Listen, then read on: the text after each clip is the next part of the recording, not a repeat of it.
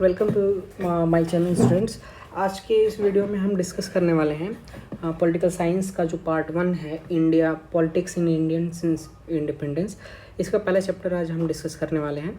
साथ में ही अगर जो आपको इस लेक्चर का नोट्स चाहिए होगा तो आप टेलीग्राम चैनल पर ज्वाइन कर सकते हैं, जिसका लिंक डिस्क्रिप्शन बॉक्स में मेंशन कर रखा है। आप उसे ज्वाइन कर लेंगे तो आप इससे रिलेटेड नोट्स मिल जाएगा आपको, और बाकी वीडियोस से की अपडेट भी मिल जाएगी वहाँ पे। तो चलिए शुरू करते हैं आज का वीडियो। तो जैसा चैप्टर का नाम है challenges of nation building, chapter first जो है, अगर जो हमें इस चैप्टर को एक सेंटेंस के रूप में लिखना है या इसका चैप्टर का क्रक्स हमें जानना है, तो हमें 3 वर्ड को अच्छे से समझना पड़ेगा। पहला जो वर्ड है वो है चैलेंजेस, दूसरा नेशन, तीसरा बिल्डिंग। अगर हम इन तीनों वर्ड्स को समझ लें तो इस चैप्टर का जो पूरा क्रक्स है वो हम समझ सकते हैं। तो जैसा पहला वर्ड है चैलेंजेस, कि 1947 जब इंडिया को इंडिपेंडेंस मिला, ब्रिटिश छोड़ के जा रहे थे इंडिया को, तो बहुत सारे चैलेंजेस थे। जिसमें से एक चैलेंजेस था कि जो पार्टीशन की वजह से जो क्योस शुरू हुआ था उसको कैसे हैंडल करना। इसके साथ साथ बहुत सारे इकोनॉमिक चैलेंजेस थे कि कौन से मॉडल को हम अडॉप्ट करें, सोशलिज्म की तरफ जाएं या कैपिटलिज्म की तरफ जाएं, या हमारी इकोनॉमी मिक्स हो, सोशलिज्म और कैपिटलिज्म से मिक्स हो। तीसरा और चैलेंजेस क्या थे, पॉलिटिकल चैलेंजेस कुछ थे कि हम किस तरह की डेमोक्रेटिक इंस्टीट्यूशन हो, हमारे प्रेसिडेंशियल सिस्टम हो या पार्लियामेंट्री सिस्टम हो, कितने हाउसेस होनी चाहिए, किस तरह के क्या क्या राइट्स स्टेट के पास हो, क्या क्या राइट्स सिटीजन के पास हो। ये सारी चीज़ें आपने क्लास 11 में पढ़ रखी हैं। पर जब इंडिपेंडेंस हुआ 1947 में इंडिया, तो उसके सामने ये बहुत सारे चैलेंजेस आ रहे थे। इकोनॉमिक चैलेंज आ रहे थे, पॉवर्टी था एक, सोशल अपब्रिंगिंग था लोगों का कि कितने सारे सोशल बैकवर्डनेस थे, एजुकेशन बहुत कम था। फिर साथ साथ में ही ये भी एक इशू था कि हम वोटिंग कैसे, इलेक्शंस कैसे कराएं, ये भी एक चैलेंजेस था। इसके बाद दूसरा वर्ड जो है वो है नेशन। नेशन से हम क्या समझते हैं? नेशन जैसे आज हम इंडिया को इमेजिन कर पा रहे हैं, जहाँ पे हमारे पास 28 स्टेट और 8 यूनियन टेरिटरीज हैं। क्या ये सेम आइडिया उस टाइम भी एग्जिस्ट कर रहा था? 28 स्टेट हमारे पास थे। तो फिर हम इसमें देखेंगे कि कैसे स्टेट 2 पार्ट में डिवाइडेड था। एक पार्ट वो था जो ब्रिटिश स्टेट कहलाता था, यानी जो ब्रिटिश के द्वारा डायरेक्टली एडमिनिस्टर्ड था। दूसरा स्टेट वो था, वो एरियाज थे जो प्रिंसली स्टेट कहलाते थे, जिसको राजा महाराजा रूल करते थे। वो डायरेक्टली ब्रिटिश के अंडर नहीं थे, वो इनडायरेक्टली ब्रिटिश के अंदर थे। वो ब्रिटिश की सुजरनिटी को लेकर उसके अंडर काम करते थे। तीसरा कि कैसे जो हमारे उस टाइम के लीडर्स थे, जैसे पंडित जवाहरलाल नेहरू हो गए, सरदार वल्लभ भाई पटेल हो गए, और ब्यूरोक्रेट्स हो गए, जैसे कि ब्यूरोक्रेट्स हो गए, वीपी मेनन, उनका एक कितना क्रूशियल रोल था इंडिया को यूनाइट करने का, इंटीग्रेट करने था। तो कैसे इन सारे लीडर्स ने, कैसे इतने सारे लोगों ने मिल के एक नेशन को बिल्ड किया, इस चीज़ को हम यहाँ इस चैप्टर में पढ़ने वाले हैं। तो ये 3 जो चैप्टर होगा वो तीन ही चीज़ों से डिस्कस करेगा, 3-4 चीज़ों में। उसमें होगा पहला चैलेंज, दूसरा होगा नेशन, तीसरा होगा कि कैसे नेशन को हम बिल्ड करने वाले हैं। ठीक, तो चैप्टर को शुरू करते हैं। हाँ, तो जैसा आप सभी को पता भी होगा कि इंडिया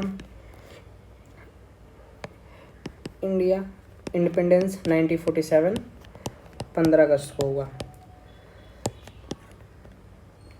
14-15 अगस्त के रात को असेंबली में, इंडिया जो कॉन्स्टिट्यूएंट असेंबली थी, उसमें पंडित जवाहरलाल नेहरू ने स्पीच दी थी, जिस स्पीच को ट्राइस्ट विद डेस्टिनी बोलते हैं। और उस टाइम बहुत सारा क्योस चल रहा था कि हम पार्टीशन को कैसे टैकल करें, पार्टीशन को कैसे लिया जाए, फिर हमारी डेमोक्रेटिक इंस्टीट्यूशन कैसे हों, किस तरह की हम पॉलिसी को अडॉप्ट करें, इन सारी चीज़ को डिस्कस किया जाता। और ये भी हो रहा था कि इंडिया किस 2 गोल्स को लेकर चले आगे, कि क्या उसका जो प्राइमरी गोल्स होना चाहिए, उन गोल्स को कैसे फुलफ़िल किया जाए, उस गोल पे कैसे काम किया जाए। तो 2 गोल्स जो था, जो जिस पे सब ने एग्री किया, वो 2 गोल्स थे। पहला कि इंडिया जो होगा वो एक डेमोक्रेटिक गवर्नमेंट होगा, यानी यहाँ इंडिया में कोई रूलर नहीं होगा, जो पीपल होंगे वही डिसाइड करेंगे। People in sense citizen. आप प्रियम्बल भी देखेंगे, यानी इस बुक का जो इनिशियल पेज होगा उसमें प्रियम्बल की फ़ोटो देखेंगे तो वो शुरू ही होता है we the people of India, यानी the people of India, the one who is citizen of India. Citizen के साथ साथ पीपल, जो पीपल हैं वो डिटरमाइन करेंगे कि यहाँ कौन उनका रिप्रेजेंटेटिव होगा, ना कि कोई एक रूलर। ठीक, तो डेमोक्रेटिक इंस्टीट्यूशन का मतलब ये है कि गवर्नमेंट जो होगा वो to the people, by the people, for the people होगी। और इसके साथ साथ ही गवर्नमेंट किस तरह की गवर्नमेंट होगी, क्या गवर्नमेंट इलेक्टेड होगी, नॉमिनेटेड होगी, या रिप्रेजेंटेटिव होगी। तो उसके लिए रिपब्लिक आया, यानी जो हेड ऑफ द स्टेट होगा वो इलेक्टेड होगा, वो इलेक्शन के थ्रू ही जाएगा, वो नॉमिनेटेड नहीं होगा, वो सिलेक्टेड नहीं होगा। ना ही वहाँ पे कहीं एक कॉन्स्टिट्यूशनल मोनार्की टाइप की कुछ हो गई, यानी जैसे आज इंग्लैंड की देख लें, वो कॉन्स्टिट्यूशनल मोनार्की है, उसका जो हेड ऑफ द स्टेट है वो इलेक्टेड नहीं होता है, वो सिलेक्टेड होता है, वो एक रूलर, एक फैमिली से आता है। ठीक, पहला गोल ये हो गया। दूसरा गोल जो सबने एग्री किया वो था कौन सा हम इकोनॉमिक मॉडल कंटिन्यू करें, जिस पे दो मॉडल्स निकल के आते थे, एक कैपिटलिज्म, दूसरा सोशलिज्म। तो जो हमारे कॉन्स्टिट्यूशनल फ्रेमवर्कर थे, तो उन्होंने सोचा क्यों ना एक ऐसा स्पेस क्रिएट किया जाए जहाँ पे दोनों आइडेंटिटीज़ के लिए स्पेस हो, जहाँ पे कैपिटलिस्ट क्लास जो था, जो बेहतर करना चाहता था, जो मैन्युफैक्चर करना चाहता था चीज़ों को, उसके लिए भी एक स्पेस हो, और साथ साथ में कुछ फैक्टर्स, कुछ फ्रेमवर्क स्टेट के हाथ में हो, जिसकी वजह से जो लोगों का जो पुअर हैं, जो पीछे रह गए, जो बैकवर्ड क्लास हैं, जो डिप्राइव्ड क्लास हैं, उनकी भी डेवलपमेंट हो सके।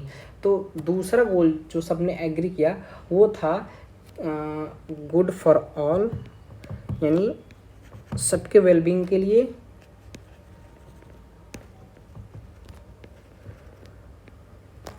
एंड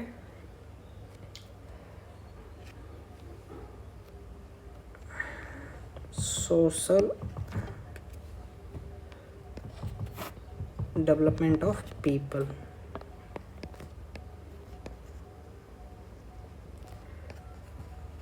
इस specially poor, women, deprived, backward, ये दो गोल्स पे सभी ने एग्री किया।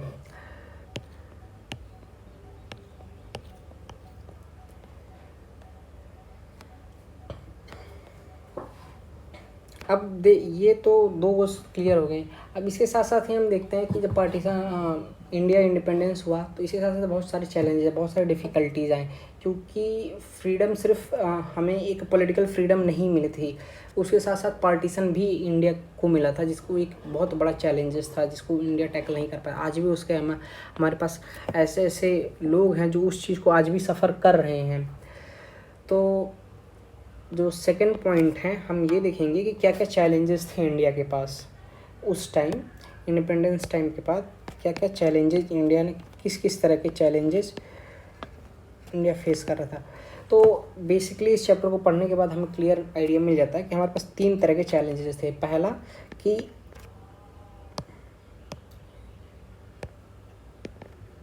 इंटीग्रेशन, आज हम जैसा स्टेट्स देख पा रहे हैं 28 स्टेट, वैसा एग्जिस्ट नहीं करता था। बहुत सारी रीजन्स थी जो डिवाइडेड थी प्रिंसली स्टेट में, और ऐसे स्टेट के पास दो तीन तरह के ऑप्शंस थे, या तो वो खुद इंडिपेंडेंट रह सकती थी, या तो वो इंडिया से मिल सकती थी, या वो पाकिस्तान से मिल सकती थी। उनके पास तीन ऑप्शंस थे।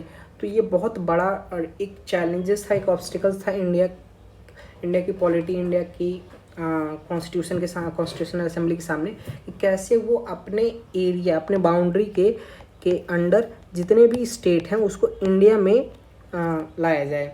तो पहला चैलेंजेस ये था। दूसरा चैलेंजेस था कि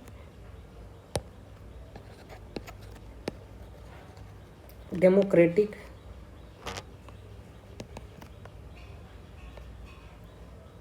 गवर्नमेंट, जैसा मैंने पहले भी डिस्कस कर दिया कि जब इंडिपेंडेंस हुआ तो हमारे पास कोई क्लियर फ्रेमवर्क नहीं था, हम किस तरह की डेमोक्रेसी को अडॉप्ट करें, कि रिपब्लिक हो, रिपब्लिक नहीं हो, हाँ मोनार्की हो, और क्या क्या कॉन्स्टिट्यूशनल राइट हों, हाँ वोटिंग कैसे हो, क्या क्या हमारे पास इंस्टीट्यूशंस हो, जुडिशरी का रोल क्या हो सकता है, पार्लियामेंट का रोल क्या हो सकता है, एग्जीक्यूटिव का रोल क्या होगा, एग्जीक्यूटिव में जो सिलेक्टेड या नॉमिनेटेड एग्जीक्यूटिव हों या जो इलेक्टेड एग्जीक्यूटिव हो, उनके क्या क्या राइट्स हैं, सिटीजन्स के क्या क्या राइट्स हैं, स्टेट की क्या ड्यूटीज़ होनी चाहिए, हाँ इन सारी चीज़ों को, ये चैलेंज भी हमारे सामने आ रहा था कि क्या क्या क्या रोल एक डेमोक्रेटिक गवर्नमेंट प्ले करेगी इंडिया में। तीसरा चैलेंज जो आ रहा था हमारे सामने वो था कि कैसे हम, क्योंकि उस टाइम इकॉनमी बहुत ही ख़राब थी, हाँ, और सोशल कंडीशनिंग भी लोगों की काफ़ी ख़राब थी। देखा जाए एजुकेशन, लिटरेसी रेट 7%, वेमेन का 7% लिटरेसी रेट था ऑल इंडिया, मेन का 40 के आसपास था लिटरेसी रेट। तो उस लिटरेसी रेट के साथ साथ कैसे हम लोगों का डेवलपमेंट बात करें, कैसे उनको अवेयर बताएं कि कैसे वो एक हेल्दी लाइफ जी सकते थे, साथ साथ में हम पॉवर्टी को कैसे टैकल करें, इन सारी चीज़ों को एक चैलेंज के रूप में लिया गया, एक ऑब्जेक्टिव के रूप में लिया गया ताकि हम उसको टैकल कर सकें। अब इसी चैप्टर के इसी हेडिंग के नीचे आप देखेंगे तो 3 स्टैम्प सरकार ने, इंडियन गवर्नमेंट ने लॉन्च की थी उस टाइम। तो 3 स्टैम्प्स जो 26 जनवरी 1950 को लॉन्च किया था, जब इंडियन कॉन्स्टिट्यूशन इन्फोर्स किया गया था, जिसमें पहले जो स्टैम्प है उसका जो मोटो दिखाया, क्योंकि अक्सर इसी में पूछा जाता है, बोर्ड में पूछा जाता है, जब हम MCQ टाइप में एक क्वेश्चन आया था तो इसमें एक पूछा गया था कि ये जो स्टैम्प है वो क्या रिप्रेजेंट करता है। तो पहला स्टैम्प है जिसमें जो थोड़ा सा रेडिश में है वो रिप्रेजेंट करता है सेल्फ रिलायंट को। उसमें आप देखेंगे चरखा, गांधी जी का चरखा बना है जो आत्मनिर्भर भारत को रिप्रेजेंट कर रहा है। फॉरेन इंपोर्ट्स पे वो कम एम्फेसिस कर रहा है। दूसरा है, उसमें देखेंगे आप एक हल होगी और दूसरा अनाज होगा, तो वो एग्रीकल्चर को रिप्रेजेंट कर रहा है, क्योंकि उस टाइम की इकॉनमी उतनी अच्छी नहीं थी। तो मेजर सेक्टर डोमिनेट करता था, ये कंट्रीब्यूट करता था GDP को, तो वो था एग्रीकल्चर ही डोमिनेट करता था। तो एग्रीकल्चर बहुत इंपॉर्टेंट था और उसके साथ साथ ही इकॉनमी को बचाने के लिए सेल्फ रिलायंसी बहुत ज़रूरी थी। तीसरा जो स्टैम्प है वो डिपिक्ट करता है, वो होता है सेलिब्रेशन का, कि कैसे लोगों ने सेलिब्रेट किया इंडिपेंडेंस को या रिपब्लिक, जब हम रिपब्लिक हो गए थे। इसके साथ साथ ही हम जब देखेंगे जो नेक्स्ट हेडिंग है कि पार्टीशन कैसे हुआ और उसका डिस्प्लेसमेंट कैसे हुआ और लोगों को कैसे रिहेबिलिटेट किया गया। अब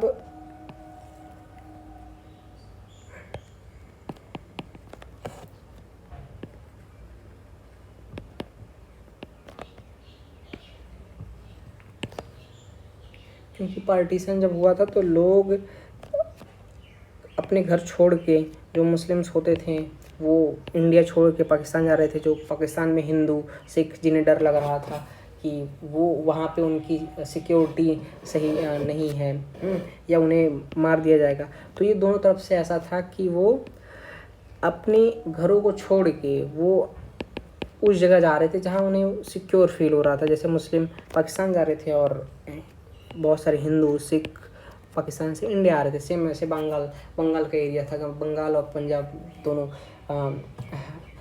हैवली क्योस एरिया से, जहाँ बहुत सारे एट्रोसिटीज़ हुई, फिर लोगों को मारा गया, काटा गया धर्म के नाम पे सिर्फ। तो इसमें हम आज देखेंगे। तो पार्टीशन एक बहुत बड़ा सदमा है दोनों स्टेट पे, और पार्टीशन की कहीं ना कहीं बीज जो शुरू होती है वो शुरू होती है 2 नेशन थियरी से, जो डिमांड किया गया था मुस्लिम लीग के द्वारा। मुस्लिम लीग ये मानती थी कि जो इंडिया है एक हिंदू डोमिनेटेड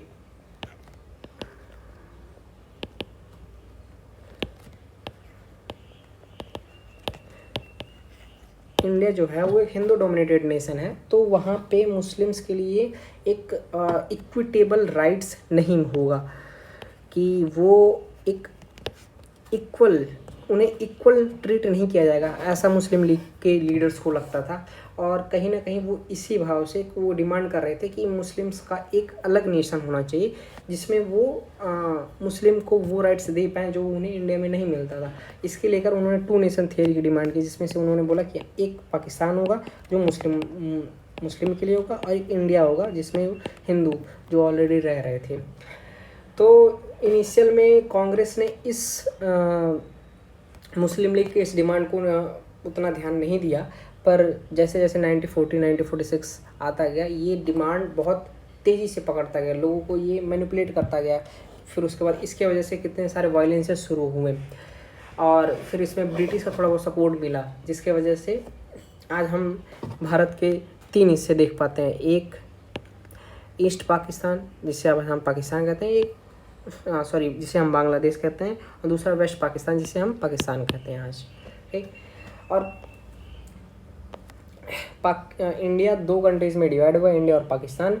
और फिर लेकिन ये डिवीज़न बहुत इजी था नहीं, इस डिवीज़न में बहुत सारे चैलेंजेस आने वाले थे। जो मेजर 2-3 चैलेंजेस थे।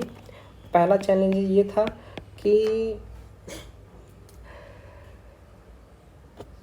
2 एरिया, जैसे मैंने 2 एरिया बात की कि 2 एरिया एक मेजर कंसंट्रेशन था कि जिसमें एक मेजर पाकिस्तान, बांग्लादेश, बंगाल एंड पंजाब, ये 2 एरिया ऐसे थे जो काफ़ी डेंसली डाइवर्सिफाइड थे, यानी इसमें मुस्लिम मेजॉरिटी थी और साथ साथ में ही इसमें हिंदू की पॉपुलेशन भी कुछ अच्छे मात्रा में थी। तो यानी इसमें अगर पार्टीशन की ज़रूरत थी तो इसको बहुत माइन्यूट लेवल तक, यानी बहुत माइक्रो लेवल तक जाके इसको डिवीज़न करना पड़ेगा। और इवन 14-15 अगस्त की रात तक ये भी क्लियर नहीं हो पाया था कि कौन सी स्टेट का कौन सा डिस्ट्रिक्ट, कौन सा विलेज किस कंट्री में जाएगा, इंडिया में जाएगा या पाकिस्तान में जाएगा। तो एक सॉर्ट ऑफ डिलेमा था उन लोगों के बीच में जो उन बॉर्डर्स पे रह रहे थे कि वो 15 अगस्त तक ये भी नहीं जान पाए थे कि कैसे वो इंडिया में रहने वाले थे या पाकिस्तान में रहने वाले थे। तो वो डर रहे थे, या तो वो इंडिया में चले जाते या तो पाकिस्तान में चले जाते, उस हिसाब से वो माइग्रेट कर रहे थे। दूसरा चैलेंज ये था कि हर मुस्लिम डोमिनेटेड एरिया पाकिस्तान में नहीं शामिल होना चाहता था। एग्जाम्पल के रूप में हम पाकिस्तान, जो आज ये पाकिस्तान में है, उसे हम देख सकते हैं नॉर्थ वेस्टर्न फ्रंटियर। ये एरिया मुस्लिम डोमिनेटेड था, पर ये पाकिस्तान नहीं जाना चाहता था क्योंकि यहाँ पे एक लीडर थे जिनका नाम था खान अब्दुल गफ़ार खान। इन्हें फ्रंटियर गांधी के नाम से भी जाना जाता था, वहाँ का गांधी माना जाता था। उनके वजह से उनके काफ़ी क्लोज रिलेशंस थे कांग्रेस से। तो इन्होंने वहाँ के लोगों को समझाया कि एक्चुअल में कंडीशन ऐसी नहीं है। इंडिया एक ऐसा स्पेस क्रिएट करेगा जहाँ पे हिंदूज़ के लिए, मुस्लिम्स के लिए, सिख के लिए और अदर माइनॉरिटीज़ के लिए भी एक इक्विटेबल राइट हो, और इंडिया एक सेकुलर नेशन बनेगा। उसके बाद उसमें हम सभी को एक इक्वल राइट्स प्रोवाइड किए जाएगी और सबके डेवलपमेंट की बात की जाएगी। और तीसरा जो प्रॉब्लम ये था कि कोई एक ऐसा सिंगल बेल्ट नहीं था मुस्लिम जिसमें कोई एक एरिया हो, जैसे भारत ये हिस्सा है, कोई एक एरिया ऐसा एक पार्ट नहीं था जहाँ पे सिर्फ मुस्लिम डोमिनेटेड। ऐसे बहुत सारे पार्ट्स है, जैसे नॉर्थ ईस्ट और वेस्ट में ही देख सकते हैं। एक एरिया ईस्ट का था, एक एरिया वेस्ट का था, यानी दोनों एरिया मुस्लिम डोमिनेटेड थे। तो दोनों को पाकिस्तान बनाया जा रहा था। तो ये एक बहुत क्योस था कि कैसे उन दोनों एरिया को हम कनेक्ट करेंगे। कैसे एक ही कंट्री दो जगह एग्जिस्ट कर रही थी। तो ये प्रॉब्लम भी आ रहा था कि कैसे इस चीज़ को हम टैकल करने वाले हैं, एक टू एरिया को कैसे कंसंट्रेट करेंगे, क्योंकि एक तो ईस्ट में था और दूसरा वेस्ट में था। तो 3 चैलेंजेस क्या क्या थे। एक चैलेंज ये था कि जो एक 2 स्टेट्स थे बंगाल और पंजाब, कैसे यहाँ पे बहुत माइक्रो डिवीज़न की ज़रूरत थी, क्योंकि ये बहुत डेंसली पॉपुलेटेड था, साथ साथ में ही बहुत डाइवर्सिफाइड था, जिसकी वजह से 14-15 अगस्त के रात तक लोगों को ये क्लियर आइडिया नहीं हो पाया कि वो इंडिया में होने वाले हैं या पाकिस्तान में होने वाले, जिसकी वजह से यहाँ बहुत ज़्यादा वायलेंस हुआ। और दूसरा ये था कि सारे मुस्लिम डोमिनेटेड एरिया पाकिस्तान में नहीं जाना चाहते थे, जिसमें से एक नॉर्थ वेस्टर्न फ्रंटियर है जो अभी इस टाइम तो पाकिस्तान में है। इसकी वजह यह थी, वहाँ पे एक लीडर थे जो उनका नाम था खान अब्दुल गफ्फार खान। ये इनके काफ़ी क्लोज रिलेशन थे कांग्रेस से, और इन्हें फ्रंटियर गांधी भी बोला जाता है। और ये वहाँ के लोगों को समझाएं इंडिया के बारे में, और कैसे वो एक स्पेस क्रिएट किया जा सकता है इंडिया में इक्वल राइट्स का। तीसरा ये था कि कोई एक सिंगल बेल्ट नहीं था मुस्लिम मेजॉरिटी का, 2 बेल्ट थे, एक ईस्ट था एक वेस्ट था। ईस्ट जो आज हम बांग्लादेश देख पा रहे हैं, पहले वो पाकिस्तान था। दूसरा वेस्ट जो आज पाकिस्तान एक्चुअल में एग्जिस्ट कर रहा है वो। तो ये कहानी थी, ये था कि क्या क्या कैसे प्रोसेस क्या क्या था और कैसे कैसे पार्टीशन को क्रिएट किया गया। अब देखते हैं कि पार्टीशन के कॉन्सिक्वेंसेस क्या क्या कॉन्सिक्वेंसेस निकल के आए थे पार्टीशन के, क्योंकि पार्टीशन अपने आप में एक इजी टास्क नहीं था, क्योंकि एक अनप्लान था, ना ही स्टेट के पास उतनी मशीनरीज थी कि पार्टीशन को अच्छे तरह से किया गया, और ना ही पार्टीशन को एक अच्छे तरह से हैंडल किया गया, जिसकी वजह से इतने सारा वायलेंस हुआ, डिस्ट्रक्शन हुआ, इतने लोग मारे गए। जो मेजर कॉन्सिक्वेंसेस था पार्टीशन का, पहला ये कि कुछ एरिया जैसे अमृतसर और लाहौर,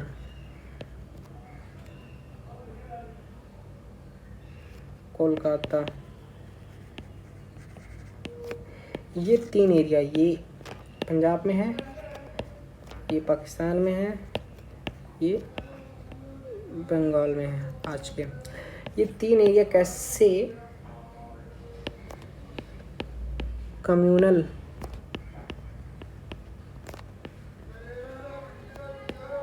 जोन बन गए थे, जहाँ पे बहुत ज़्यादा वायलेंस हुआ। यहाँ पे मुस्लिम अवॉइड कर रहे थे कि वो मुस्लिम जो हिंदू डोमिनेटेड एरिया था वहाँ मुस्लिम अवॉइड करते थे कि वहाँ ना जाएं। जहाँ मुस्लिम डोमिनेटेड एरिया था वहाँ सिख और हिंदू अवॉइड कर रहे थे कि वहाँ ना जाएं, क्योंकि उन्हें एक सेंस ऑफ डर रहता था कहीं इन्हें मार दिया जाए, कहीं इनके साथ एक लाइफ रिस्क का फैक्टर रहता था, और ऐसे एरिया में लोग फोर्स किए गए।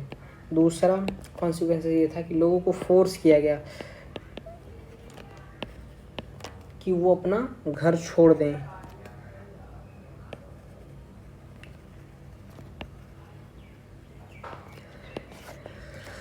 इस वायलेंस इतना ज़्यादा था कि लोग को मार दिया जा रहा था, रेप कर दिया जा रहा था, उन्हें अबडक्ट कर लिया जा रहा था, जिसके वजह से लोग फोर्स हो गए हैं कि वो एक पीसफुल एरिया की तलाश में कहीं, जैसे अब इंडिया में था कि इंडिया से मुस्लिम माइग्रेट कर रहे थे, पाकिस्तान से सिख और हिंदू माइग्रेट कर रहे थे। तो ये माइग्रेशन था, जिसकी वजह से एक जो रीज़न यही था कि वो वहाँ पे एक लाइफ थ्रेटनिंग फैक्टर थे। और तीसरा जो कॉन्सिक्वेंसेस था, बहुत सारे लोग मारे गए, बहुत सारी औरतों का रेप किया गया, बहुत सारी औरतों को एब्डक्ट कर लिया गया।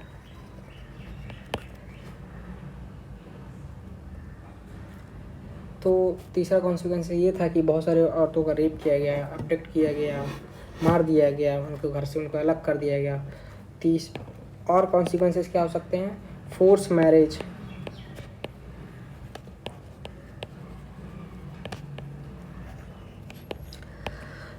जिन औरतों को अबडक्ट किया गया था उनका या तो रिलीजियस कन्वर्जन कर देते थे, या तो उनको रिलीजियस कन्वर्जन करने के बाद उनकी शादी कर देते थे, फोर्स शादी कर देते थे।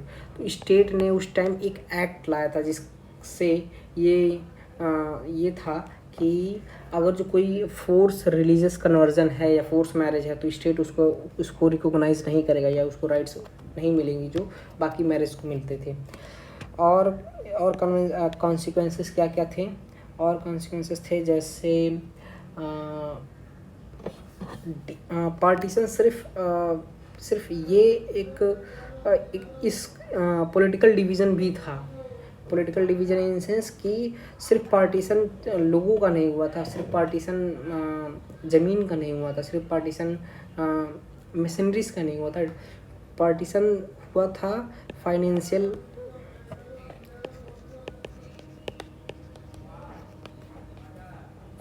एसेट्स का भी।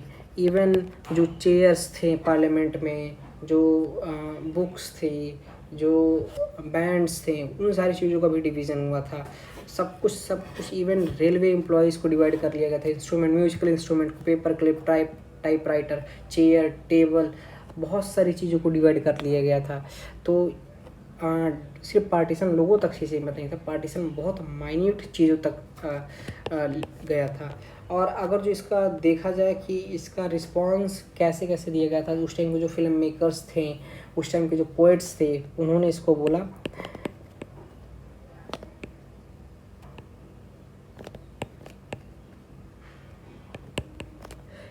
ये एक सिर्फ डिवीज़न ऑफ लैंड नहीं है, डिवीज़न ऑफ हार्ट भी है।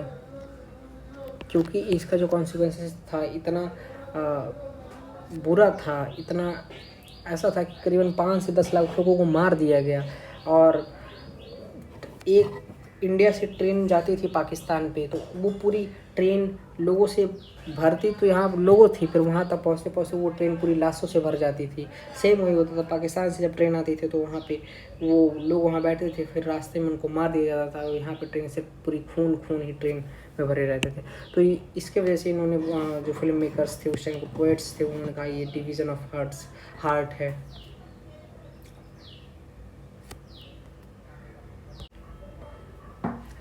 तो स्टूडेंट जो हमने डिस्कस किया एक बार उसको रिकैप कर लेते हैं, और बाकी आगे का वीडियो नेक्स्ट पार्ट में आएगा। और साथ में अगर आपको इसका नोट्स चाहिए तो आप टेलीग्राम चैनल को ज्वाइन कर सकते हैं और चैनल को सब्सक्राइब भी कर सकते हैं, ताकि आपको फर्दर वीडियोस की अपडेट्स मिलते रहें।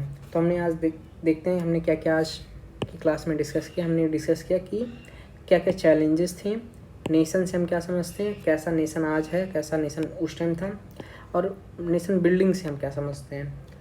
दूसरा हमने डिस्कस किया कि क्या क्या गोल्स थे उस टाइम पे, लोगों को क्या क्या गोल्स थे। पहला गोल था डेमोक्रेटिक गवर्नमेंट, दूसरा गोल था कि गुड फॉर ऑल और सोशल डेवलपमेंट।